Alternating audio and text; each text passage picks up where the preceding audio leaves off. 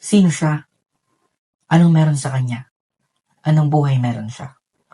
Mga salitang madalas nating tanong sa mga taong di natin kilala. Kung tatanungin, simple lang.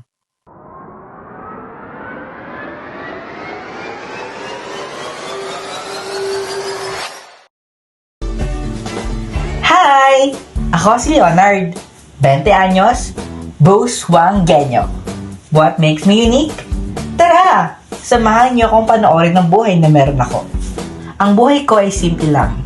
Minsan masaya, minsan malungkot, minsan maingay, minsan tahimik, minsan talo, minsan panalo.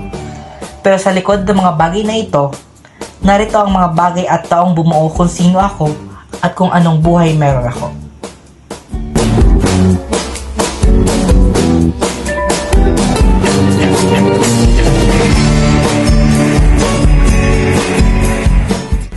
Sila ang mga kaibigan ko. Mahirap ang buhay sa high school at kolehiyo. Pumili ka ng kaibigan na para sa iyo. Kaibigan na tutulungan ka at nagdamayan ka sa lahat. Pati sa mga away, kalokohan, at syempre sa kopyahan.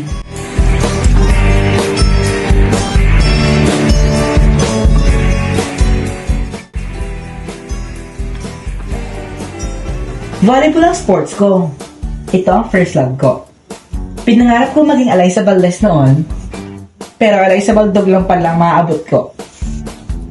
Masarap sa pakiramdam ba naglalaro ako. Nakawala lahat ng stress at pagod, lalo na pagkalaro mo lahat ng kaibigan mo. Mahilig din ako sa sunset.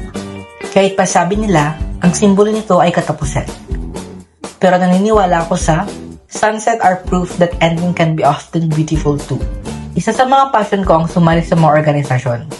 Masaya ako maglingkod sa kapwa ko estudyante. Kahit minsan medyo palpak ako. Dati akong miyembro ng SMO ang una kong samahan sa kolehiyo. Ngayon, isa akong miyembro ng CSG. Ano kaya ang susunod?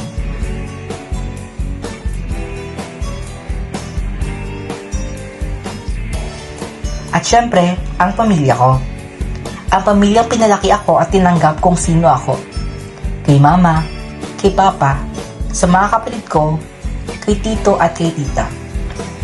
Dahil sa suporta at pagmamahal nila, patuloy ako nagsusumikap at lumalaban para sa mga pangarap ko. Kung wala sila, wala ako. Ang pinakamaganda sa PSU. Yan ang buhay ko. And that is what makes me unique.